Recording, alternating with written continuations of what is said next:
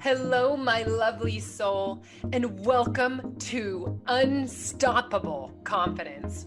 I am your host, Lauren Glick.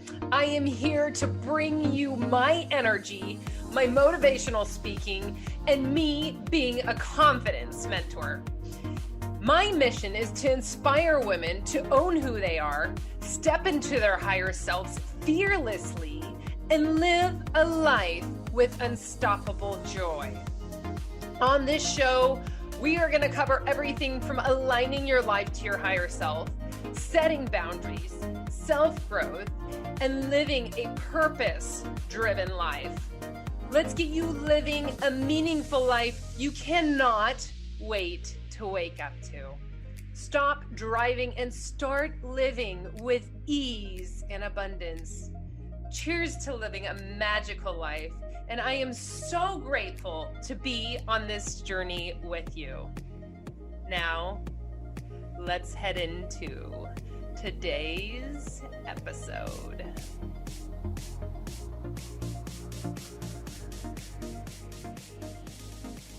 Hello, my lovely soul, and welcome to Unstoppable Confidence. I am super excited for you today and for you to be joining us today. I have Sarah, and she is a fellow entrepreneur that I have met through the podcasting world, and that's what we're going to be talking about today is her journey through podcasting and the reason why podcasting and all those good juicy nuggets that I know that's why you're listening in today. So Sarah, I would absolutely love for you to just give a brief introduction on your backstory and who you are. Totally. Thank you so much for having me, Lauren. I'm really excited to be here in your awesome community. Hello, hello, hello. So my name is Welcome Sarah, and I have a really cool community. It's called Welcome to Reinvention. We have a podcast. We're in about 40 countries. We get to support women who are reinventing core areas of their life, like money, career, relationships, and health. And we provide real-time, tangible tools for them to do that. So a juicy space that I love. That brings me into the world of podcasting, how we connected. And then I also, outside of that, get to support Fortune 500 companies in deepening their connection with their communities through podcasting, and then provide some support for intermediate and beginner podcasters on the scene as well. And the juicy place we are lighting up is amplifying the voice of women and minority women, women of color, and then BIPOC people through podcasting. So it's all about being seen and heard, and we are so super happy to support in that space.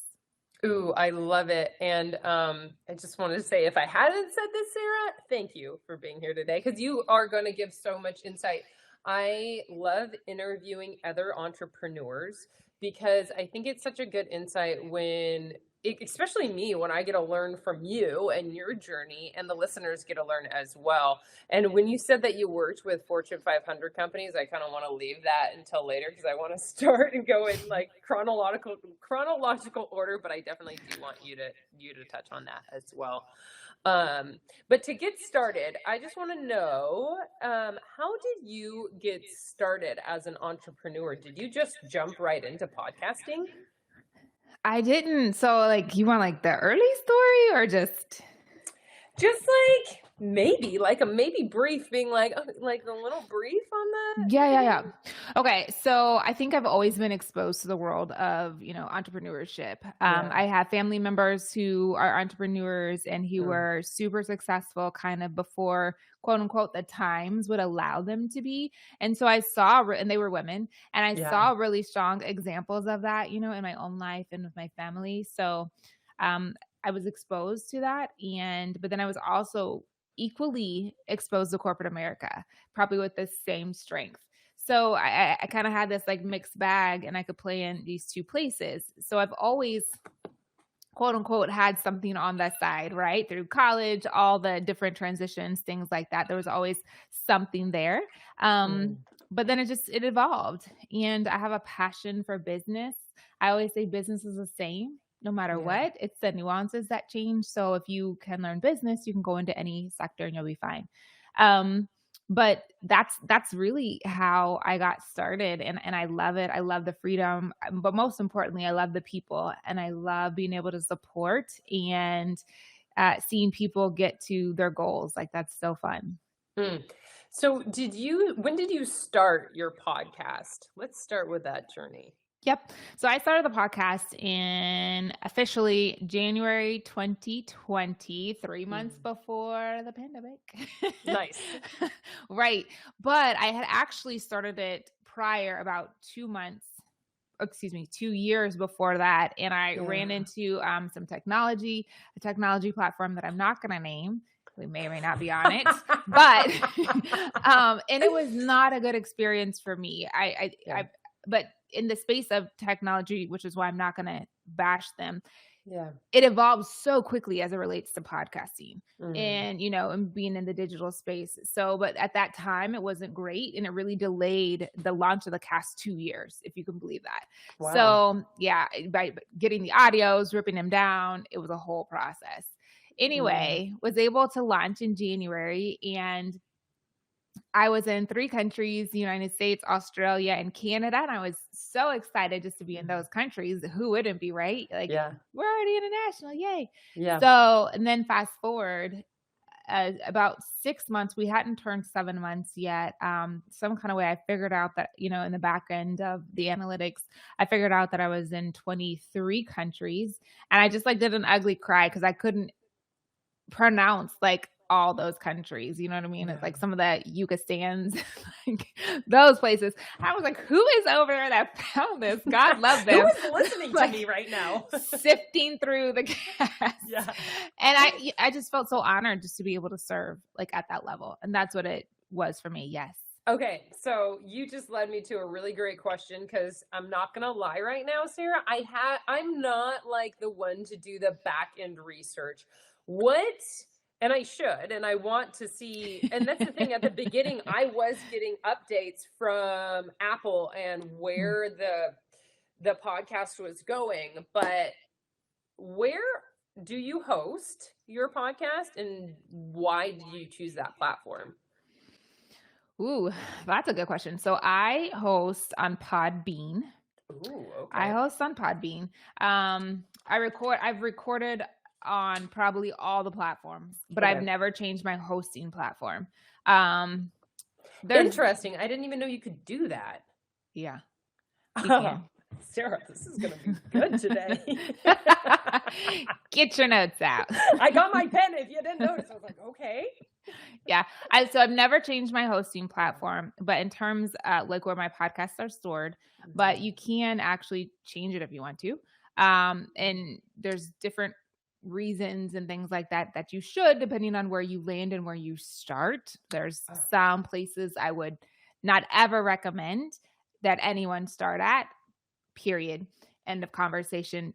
Debate it with your mom, not me. Oh my God, can you tell me what those platforms are? What if I'm using them? This is I put you on the spot right now. What are the top platforms to use for a beginning entrepreneur in your preference? That's easier to answer, right? It is. I just don't want to bash any of the platforms, and I don't want it to come across that way. Just because I said, technology now specifically evolves so quickly. Yeah. So they may be tweaking some things that I'm not aware of, but I know for the last 6 years plus, it hasn't been a friendly place. Once you start to grow your cast, for beginner podcasters, but once you start to grow your cast and you really get into it and you're starting to build some momentum and want to do other things, you get trapped, and it's not a pleasant thing. So that's why I would not ever recommend them. Anyway, so top 3, sure, you could do Buzzsprout, Podbean for sure. And then the other one is just your choice, as long as the one that I would not recommend you to do. Goodness gracious. I feel like I don't want to even tell you which platform I'm using. Tell me. I'll tell you if it's good or not. I use Libsyn. It's fine. And Libsyn's the OG. Libsyn is the OG. Exactly why everyone that I am, because I took polls, right? Of what do I use? And Podbean was definitely up there because it's so user friendly. And then Libsyn because it's OG status. And You use Libsyn for OG, and I love Yeah. Libsyn, and shout out to everyone I know there. Yeah. But I've been in the back end of Libsyn, I Yeah. personally, it's Mm. not the most user friendly for me. Like I had to figure out Understood. what was happening Understood with that. maybe it's just the design, right? Yeah. And they, as you So, were saying, because that was the hard part for me. I have actually never uploaded one of my episodes. I had help because that was one of my specific requirements in starting a podcast was like, I need the back end support because I don't have that time. So I needed that help right off the bat. So without that help, it probably would have been very confusing to me. yes, yes. Well, then you're in a good spot unless you just choose to change it. But yeah, Libsyn is great. Podbean and yeah. So I would stick with those. Yeah. And then you can do your distro wherever you choose. You can record wherever you choose. There's some recording platforms that I shall not name that you should not. I don't recommend you recording on, but Yeah. again, technology evolves so Yes. much. Like I may be eating my words on one, but I know that 6 years ago it was awful. 2 years ago it was a nightmare. So see, I don't even know what you're talking about because Podbean and Libsyn are like the two that I hear all the time. So you know. Yeah. And with Podbean, are you getting most of your analytics from there, or where are you looking into getting your analytics for your podcast and where it's being listened to? Yeah. So I use the back end there. There's a couple of other tools that I know about that I don't plug into. I could go if I wanted to, but I just don't. Like I'll just look at, what's provided. And then it really also depends like what I'm doing and why I'm trying to quantify the data, like what it is I'm actually looking for. So if there's social metrics or something like that that's tying into the cast, obviously I pull from some of the socials. If it is different, I almost said a telethon, not a telethon, but if it's like what are we in 1990 right now? My brain is clearly I love no, it. but if it's gonna be great. It just really depends on what it's for. Like I do a lot of research for different things. So depending on how I'm going to use the data will determine like what I'm going to go get to formulate. Interesting. And I had another question right in the back of my mind, but we're just going to save that until I remember it, right? So I think those are like predominantly the questions that really popped in my mind about the back end research and everything. Because people think podcasting is way more complicated than it is. So that's why I love talking about it. So when you started your podcast, how long, like this was 2020, and I know you said that you help others amplify their voices, do you help entry-level entrepreneurs make their own podcasts? How do you help support other entrepreneurs within this space? Yep, that's a great question. So we help support other entrepreneurs who are podcasters or who are non-podcasters. I want to make that distinction because not everybody is, but we help them amplify their voice through podcasting. So we have done for you concierge service. So we will actually do your podcast, meaning you show up with your brilliant self and we do everything else for you. That's awesome. It. Or we have an accelerator that you can go through that kind of walks you through, if you want to do it yourself, but you just want a guide, we have that as well. And then when it comes to actually, being seen and heard, that component, maybe you don't have a podcast, but you want, to get your business featured, or you want to appear in other podcasts and you feel that that's valuable for you. And even podcasters can take advantage of this. Again, women of color, and BIPOC persons, we help you do that as well. So kind of 3 areas of service that we have for podcasters and business owners. So you help align other entrepreneurs to find those specific podcasts to join as that guest speaker? Absolutely. Oh my God, Sarah, I want to talk to you because it's so interesting. Like I am so good about asking people to get onto my podcast. gotten very easy for me. It is like an easy muscle. And then that inverse is a little different. Yeah, because it's like, okay, I want to grow my podcast and it works really well. And that's the thing is like once you get like one certain level of influencer or entrepreneur, it just keeps stacking because of who you've had in the past. Now, when you've become to be that guest, that's interesting. I guess I'm just so focused on growing my podcast, and I know getting on other people's podcasts is such a good tool to use to grow my own. What is one piece of advice you would use or give to somebody to just start networking and getting on guests? You're like, just buy my service, which I'll talk to you after. Well, that's the number one thing, right? Yeah. But aside from that, what I find is busy people are busy. Like, think about us and our schedule, right? In connection. Yeah. So with that, I say make the time, right? And obviously we have, but you know, when you're looking to be on other shows as a business owner, a business professional, or even a podcaster, make the time. And if you can't make the time, you need to outsource that to someone who can and who can work for you. That's why I want to talk to you, Sarah. So that's why. Yeah, we can help. Yes, that's awesome. Because as you were saying, it's like we only have so much time in the day. And I have learned, gosh, when I started on my entrepreneurship, it was a couple years ago as well. And I didn't understand outsourcing. Well, I did. I mean, hello, I started a podcast and the help right off the bat. But there's some things that you get to wait on to outsource. And I think I'm finally at that space where I'm like, yep, need that help too. So but I also think it's just learning. It's learning and it's allowing your business to evolve, because depending on, you know, when you're first starting out, like you're doing everything and you want to do everything, you have a desire to. And then when you start to think about that expansion and bringing team on, then it takes a different muscle, because it takes you not only doing the work, overseeing the work, but then you have to plan for the work. Yeah. And you have to be able to plan for it in such a way that you can articulate what you need to others. And if you can articulate what you need to others, then you're still going to be doing the work and you're still going to be in the business instead of working on the business. So it's a different person. Yeah, it's a different perspective.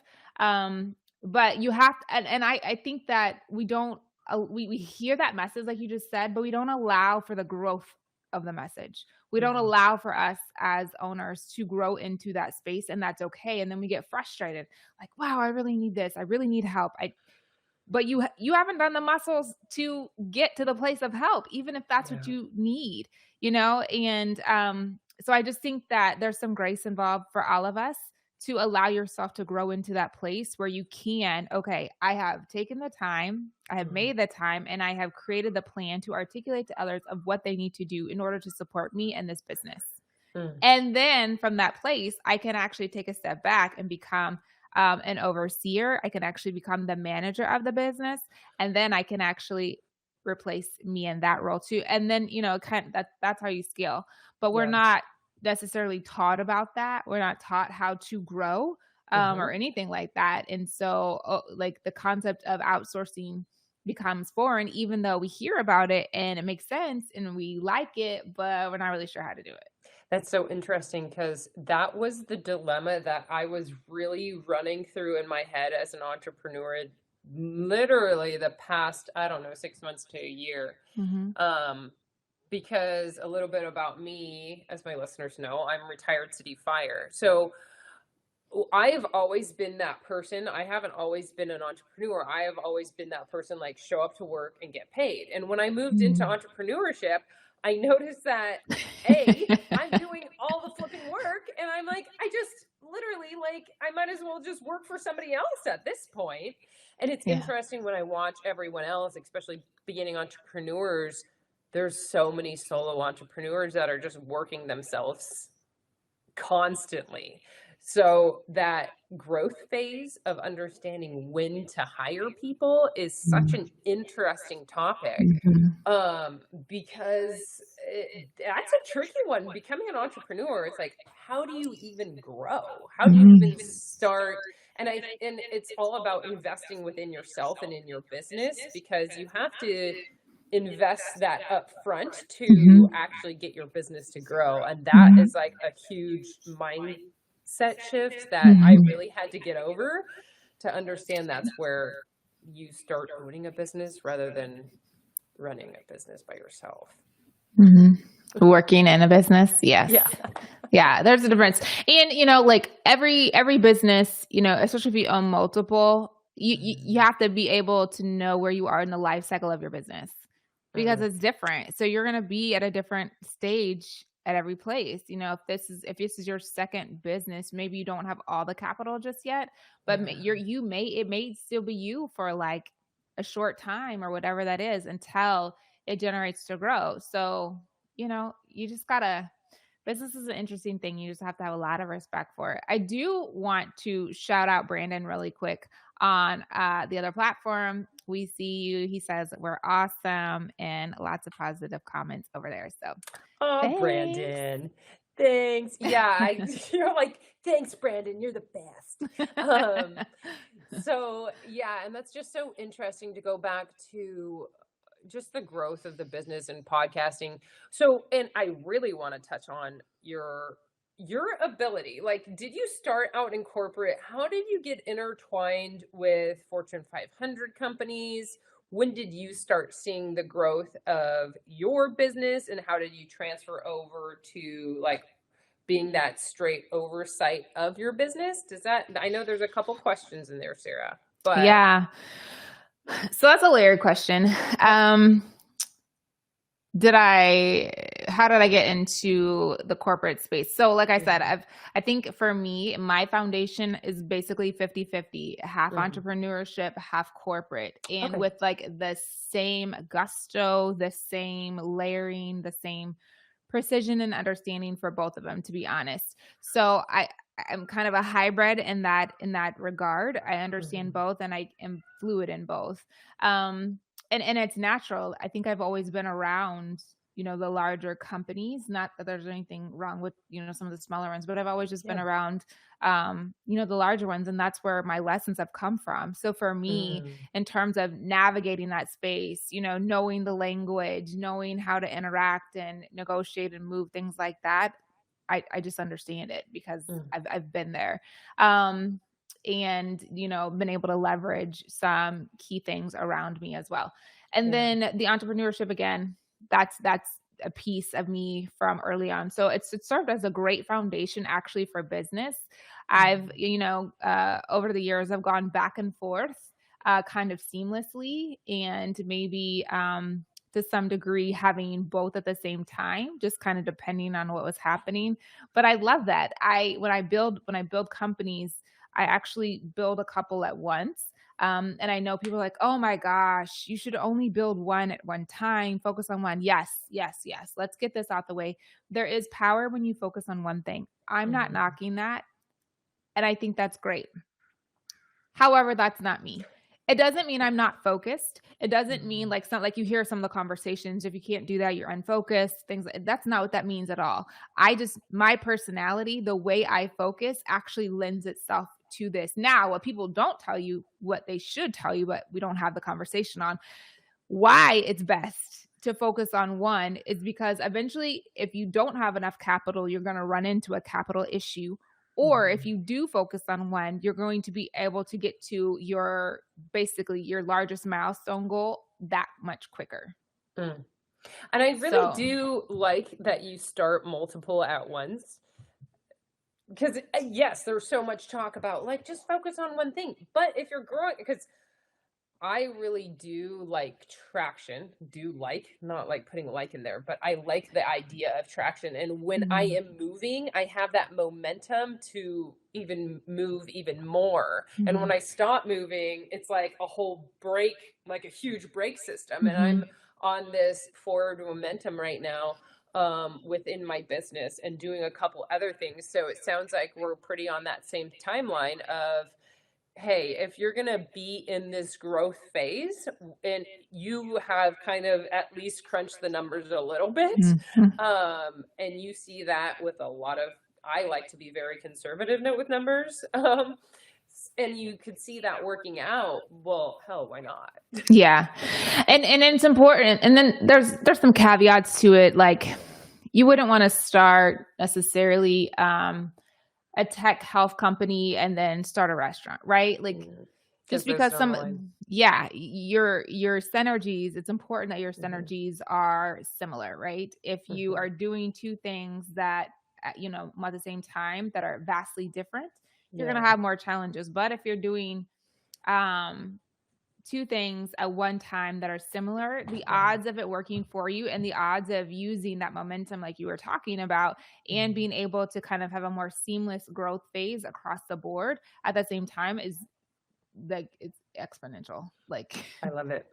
mhm. No, that makes so much sense. And when you said that you're like half in entrepreneurship, half in corporate, do you personally work in corporate as well as being an entrepreneur? Or is that those two spaces that you've seen yourself helping within those two spaces? I've done both. So I've been in corporate Mhm. and an entrepreneur. I've been an entrepreneur and working with corporate. Um, Okay. Well, it makes sense why you know corporate so Yes, well. yes. So, for me, it just kind of works. I'm always open to opportunity. So I'm never, at least I haven't have yet to be a closed door and it said, just no, just kind of whatever the opportunity is that comes. Yeah. But it's seamless and it works. And I think that there's a lot of things that entrepreneurs can offer to corporate because we have a very distinct perspective. Yeah. And typically, if have you been in corporate? No, I haven't. Okay.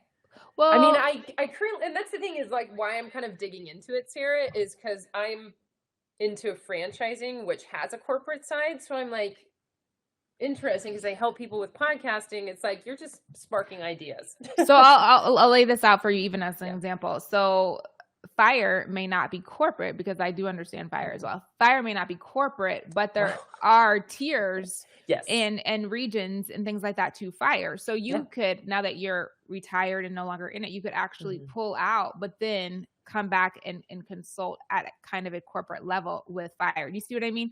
So Yes. even though you haven't been there at a corporate level, and for those of Mhm. you who are listening who are like, that's me too, you can still pull out Yeah. and work with them kind of with that more heightened professional skill set level because you have a different advantage that they weren't seeing, utilizing, implementing while you were Mhm. there, all those pain points that you can now be like, listen, I can do this. Yeah. And it's So so interesting that podcasting, I feel, and I would love to hear your insight, but I feel like you might have the same perspective of podcasting is a social media outlet, but it's one that corporate people really do understand very well. And I've had a number of people that aren't entrepreneurs that are like, I would absolutely love to start a podcast. How can you help me? What are your thoughts on that? send them to me. Do you see that synergy as well though? Like within social media, like that podcasting thing. It's probably because it's so I feel like it's just kind of like a heightened sense of the people listening to podcasts do have, I don't know. Do you understand what I'm trying to get at? Yeah, I think the people who, are in the corporate space who see podcasting, I think it's almost like those who get it. And Yes. those who don't, right? It's kind of it's that gap right now. Yeah. But I think that there's a massive shift happening in corporate in terms of one dealing with those who are entrepreneurs, which we've kind of talked about, Yeah. really listening to consultants and maybe those even in the internal organization who are not external but who are on Yeah. their business. That perspective is invaluable. And then you have your podcast and your social media, like the social houses, TikTok, Instagram, LinkedIn, Mhm. that's what I mean by social houses in this instance, are disrupting corporate business as Mm. as as they know it is over. And it's just the boats are turning, but big boats turn slow. So you might not be able to see it, but they are. And those who don't, mark my word, won't be in this space. They will be irrelevant because they have to adapt to the voices. They have to adapt to the space. And that also lends itself to podcasting. So if they're not utilizing podcasting, if they're not utilizing social and things like that, and just, the creator space, they're going to be at a huge disadvantage, and they're not going to be relevant internally or externally. Interesting. And you mean that by the way that they're marketing, by the way that they're utilizing these different platforms? Can you dive into that just a little bit deeper? I mean it on every front, by the way that they market, by the way that they interact with their customers and clients, by the way they interact with their internal customers, clients, service providers, stakeholders, all of it. They have to adapt. And it's really interesting. What is this, 2022? Yeah, I know. I always say 2021 still. I still say 2020. It's just, I don't know. I know of they're not Fortune 500, but they're close enough. But of a major corporation, they still don't have like diversity heads. I think that's just dangerous.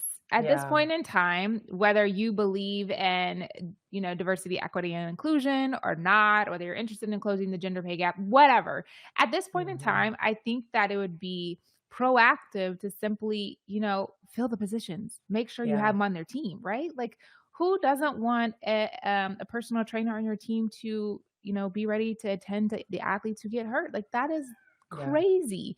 So I see those things still happening in corporate even today. And it's amazing because I'm like, you're one lawsuit away. I'm sorry, that was not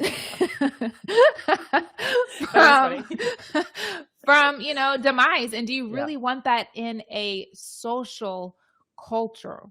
Like people, they're not thinking about it. That's why I'm saying, like, that makes a lot of sense. You're 1 second away from closing the shop. Seriously, when people find out about certain things, even if you as a corporation don't intend for it to come off that way, and because we have so many outlets that creators own, from a social place, from a podcast place, from an other media place, it's deadly. Like you're taking your corporation into your hands, like unnecessary risks that don't have to happen. That makes a lot of sense. And I completely agree with you with the marketing and with, I guess I just didn't really understand that because I'm not in corporate, right? But it completely makes sense what you're saying. So thank you for the, God, what is that word? Clarification.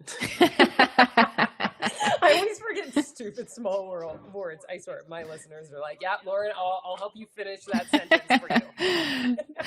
That's good. They have your back. It's no worries. So how can the listeners today find you? How can you support them? All the good things. Yep. So you can reach out at hi@welcometoreinvention.com if you want to shoot us an email, if you're interested in some of the opportunities, through services that I mentioned. We'd love to support you. We're just really passionate about it. You can also connect on social. I'm in the LinkedIn space. You can find me there. You can also find me on Instagram. It's at welcome_Sarah with an H. I love it. Can you still see me, Sarah? I feel like I'm frozen right now. I can see you. You're good. My pictures are frozen on my side. But I just wanted to say thank you for being here today, Sarah. I will be editing that portion out. But I just wanted to say thank you for being here. I absolutely love podcasting, and I really do value your insight on what you were talking about today on like your platforms of choice and how to really get started as a podcaster and all the insights that you have from your experience. So thank you so much for all the knowledge today. You're welcome. And would love for you listeners to go follow Sarah and follow her podcast because she has a lot of insight on all the things that we were talking about today. So thank you 100% again, Sarah, for being on Unstoppable Confidence. And for you listeners, we will chat with you soon. You're welcome. I hope you are so excited about where you're going, because I know I'm excited for you. Thank you so much for listening in today. If you loved this episode, it would mean the world to me if you shared it with a girlfriend or posted it on social media. Tag me so I could personally say thank you. I am so grateful. And until next time,